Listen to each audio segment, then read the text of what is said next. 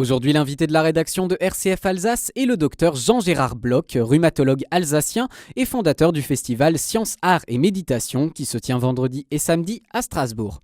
Benjamin Vernet, 3 questions A, RCF Alsace. Pour commencer, est-ce qu'on peut déjà revenir sur l'événement Sciences, Arts, Méditation ? Dans le principe, qu'est-ce que c'est ? Sciences, Arts, Méditation, c'est la 2e édition de rencontres internationales destinée à faire connaître au grand public, en lien avec la méditation, un certain nombre de développements qui se font à Strasbourg, à l'hôpital, à l'université, et puis de façon plus large dans différents domaines de la société qui se développent beaucoup ces dernières années. C'est très c'est orienté en tout cas vers la médecine. Il y a aussi ce terme d'art. Est-ce qu'il y a un lien qui est dressé entre la science et l'art par la méditation ? Alors ça a une composante en lien avec la médecine, avec le développement des sciences, c'est pour ça qu'on parle de sciences, mais aussi il y a un lien sur des développements qui se font dans des tas d'autres domaines de la société, pas seulement la médecine.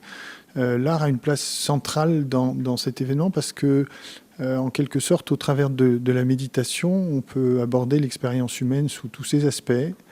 Et l'art vient compléter son regard sur la réalité qui est vraiment différent de celui de la démarche et de la pensée scientifique et qui vient permettre à chacun d'accéder au monde d'une façon qui est plus en lien avec ses émotions, plus en lien avec l'intelligence du corps peut-être. Comme vous le disiez, la méditation du coup se généralise dans beaucoup de domaines. C'est quelque chose de plus en plus accepté, reconnu ? Alors c'est quelque chose de plus en plus connu, exploré avec effectivement des arguments véritablement convaincants permettant de penser que ça a des effets bénéfiques sur sa façon d'être au monde en tant qu'être humain, à la fois l'esprit, le corps. La méditation est une approche certes qui se développe beaucoup aujourd'hui, qui correspond peut-être à un effet de mode, mais certainement à un besoin qu'on retrouve aujourd'hui dans la société de reprendre contact avec sa vie intérieure. Aujourd'hui, en prenant l'exemple du domaine de la santé, quelles applications concrètes on a de l'utilisation de la méditation ? Alors, la méditation est effectivement un vaste champ de connaissances, de pratiques. Il y a un certain nombre d'applications qu'on peut en faire dans des registres de la santé concernant la douleur chronique, plus que sur les symptômes, la façon dont on peut chacun faire face à des maladies graves.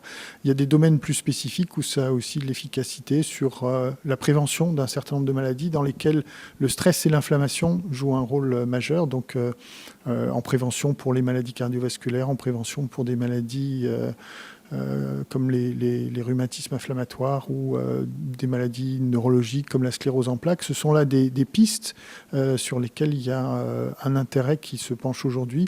Il n'y a pas de certitude d'efficacité, mais c'est des approches qui, lorsqu'on les envisage sur un point de vue médical, sont en quelque sorte des approches non médicamenteuses et viennent en complément des autres traitements déjà existants.